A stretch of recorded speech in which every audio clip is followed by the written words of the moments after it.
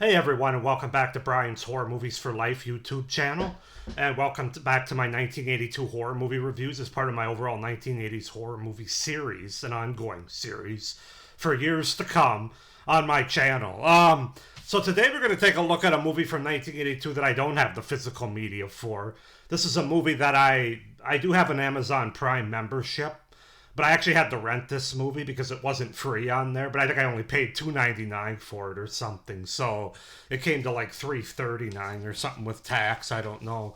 But that movie is Superstition from 1982. So let's talk about Superstition. This is a movie that I knew very little about. I didn't even know what it was about until I read about it, of course, and watched a movie and things of that nature. But yeah, I'll give you my thoughts on it, but let's go ahead and start with the setup premise and the cast. So, Superstition is a 1982 supernatural slasher film directed by James W. Robertson. Yeah, no T, Roberson. The plot follows a family who move into a house that was once the site of a witch's execution. Though shot in 1981 and released in 1982 in Italy, Superstition was not released in the US before 1985. So two young men are brutally murdered by an unseen force in an abandoned house after playing a prank on a young couple outside in their car. A short time later, Inspector Sturgis and his partner Hollister visit Reverend David Thompson, a new clergyman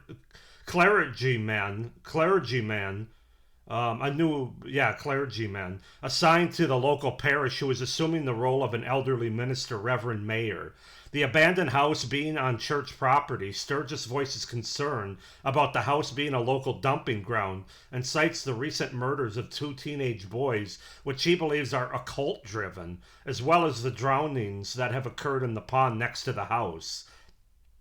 David, Mayer, Sturgis, and Hollister visit the property. They meet Arlen, the mute caretaker who appears to be mentally ill.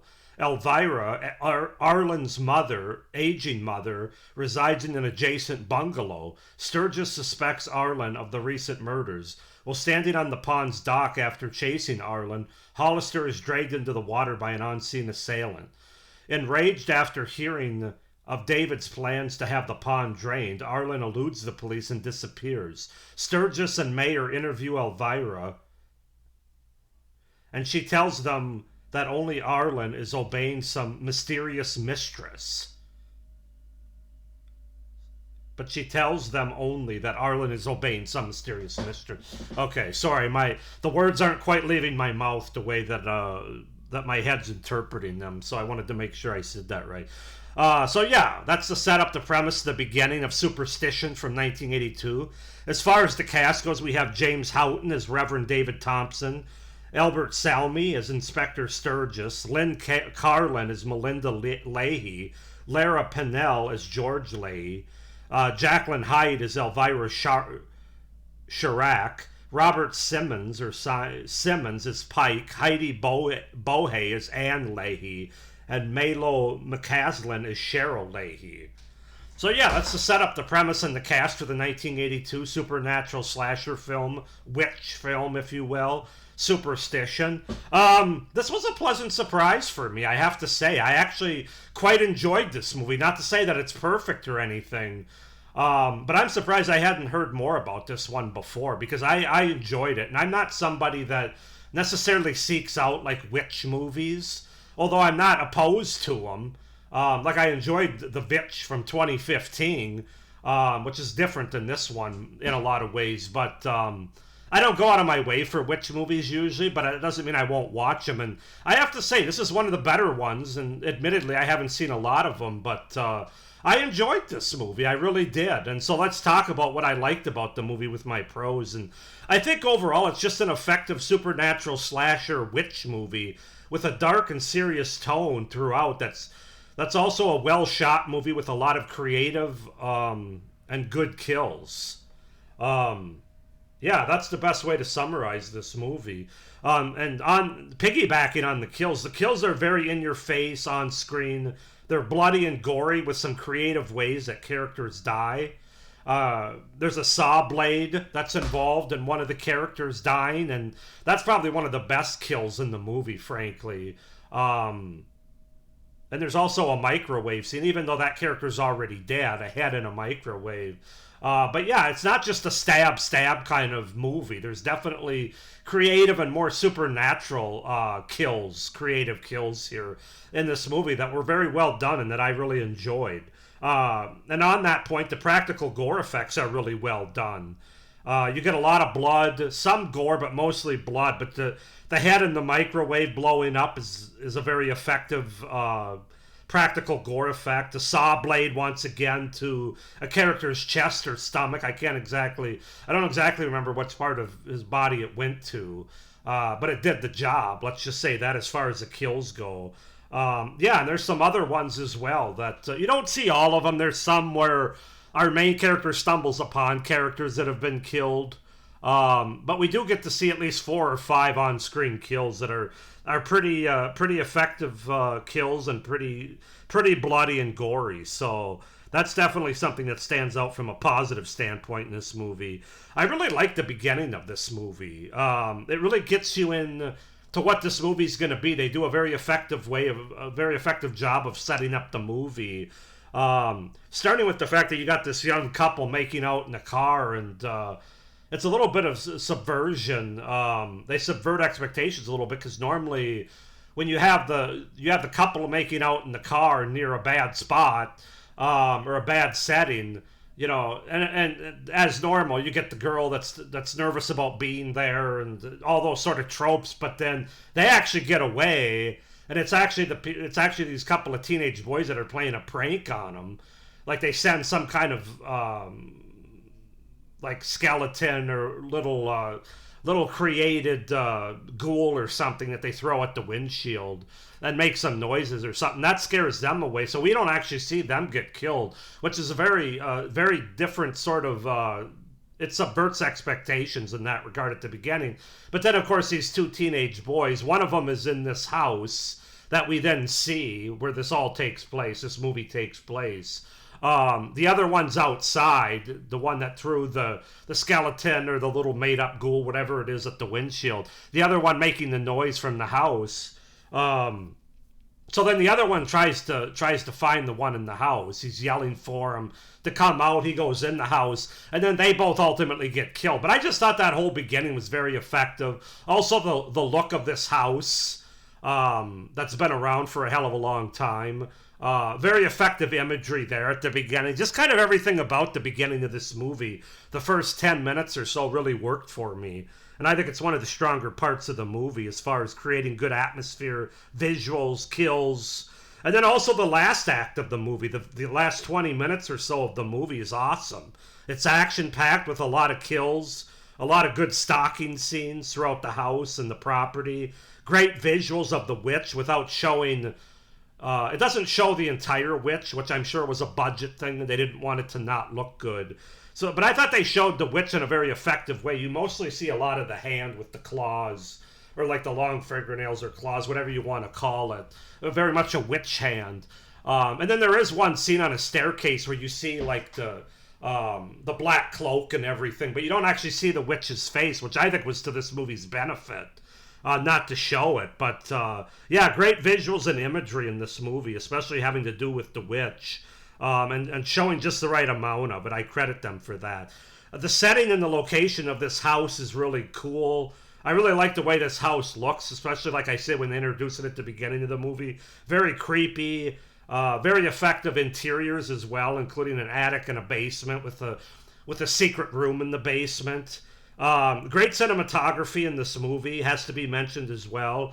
And I think the witch overall is very effective with the laugh that we get, this evil, maniacal laugh, both when the witch is alive in flashbacks, as well as in present day when the witch is haunting this family and these characters. Very effective and very effective supernatural effects having to do with the witch as well. Very well done overall and very enjoyable. So, yeah, those are my pros for Superstition from 1982. As far as cons go, the big one are the characters. I really don't care about or for any of these characters in this movie. They're just kind of there. kind of bland and uninteresting. You know, we get this family of five. The father is like this down on his luck alcoholic. The mom's trying to hold the family together. Then you get two young daughters who are probably like teenagers, and then a young son who's probably like 12 or something.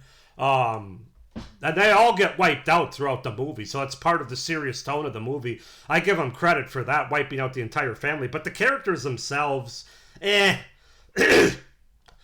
could have had a lot more character development. The movie could have done a better job of making us care about them. Even the main character, played by James Houghton, of this Reverend David Thompson, I just kind of felt like he was the go-between character, the audience, and the rest of the characters in the movie, doing all the research and everything. I don't know. I wasn't blown away by him either as a character. And then you have Albert Salmi, who I like. I know him best from a couple of the Twilight Zone episodes from the original series in the early 60s. He plays Inspector Sturgis. He's just kind of a hard-ass inspector and doesn't really want them to open up the house or anything. I don't know, guys. Overall, I just didn't really care for any of the characters here. Not one of them really stood out to me in a positive way. They're just kind of there, as I said. A character is introduced early on in this movie that I don't want to give too much away, but the character just kind of shows up when this family moves in. It's really kind of obvious, the intention there, and it makes the twist at the end that they try to make some big twist. It really makes it less effective, because to me it was so obvious that this character that just kind of shows up out of the blue was either sinister or like a ghost, maybe. Yeah, it doesn't work for me.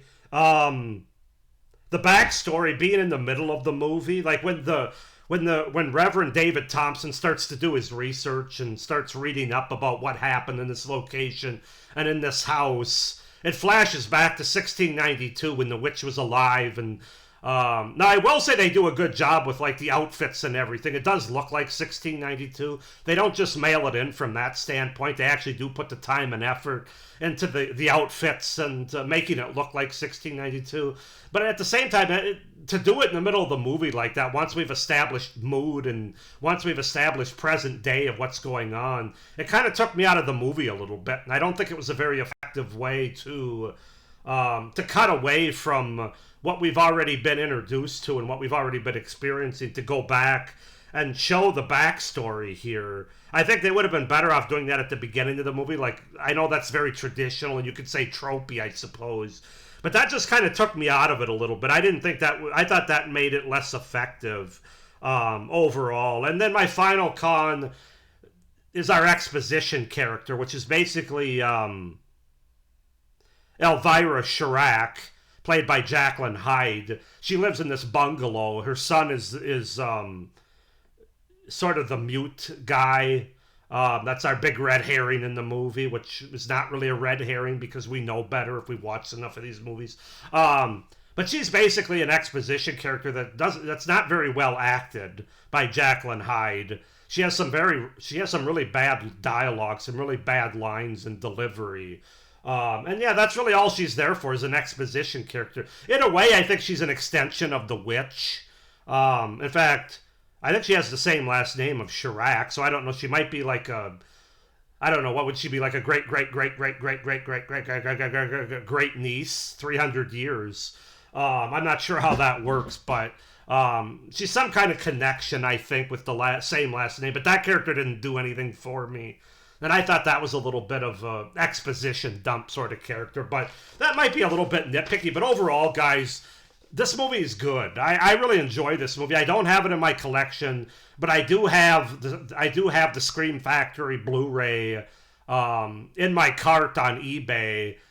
It must be out of print though, because it's $25 minimum, and that's on the cheap end. So I probably will add it to my collection at some point here, because I really did enjoy the movie. It was a nice, pleasant surprise for me for 1982 and a good witch movie, supernatural witch movie, that I'm going to give a 7.5 out of 10 for. Not a perfect movie, but certainly a very good one. So 7.5 out of 10 for Superstition from 1982. Go ahead and comment down below if you guys have seen this movie, what you think of it, your thoughts on it. Comment down below. Please like this video. Hit the little notification bell down below and subscribe to my channel if you haven't already. It will really help me out. for the future of my channel and the content on my channel going forward.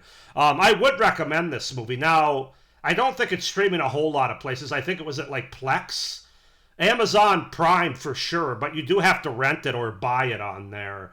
I rented it for 30 days. I think I have like 25 left, so I might try to get my money's worth and watch it one more time on there at least before it expires. But it's only a couple of bucks, like $3 to rent it on Amazon Prime, or you could just go ahead and buy it. I know it exists on an Anchor Bay DVD too, but I don't know how easy it is to find that or how expensive it would be. But I do recommend checking it out. So with that being said, I hope you're enjoying this review series for 1982. I hope you enjoyed this review. Thank you for watching, and as always, stay scared. Bye.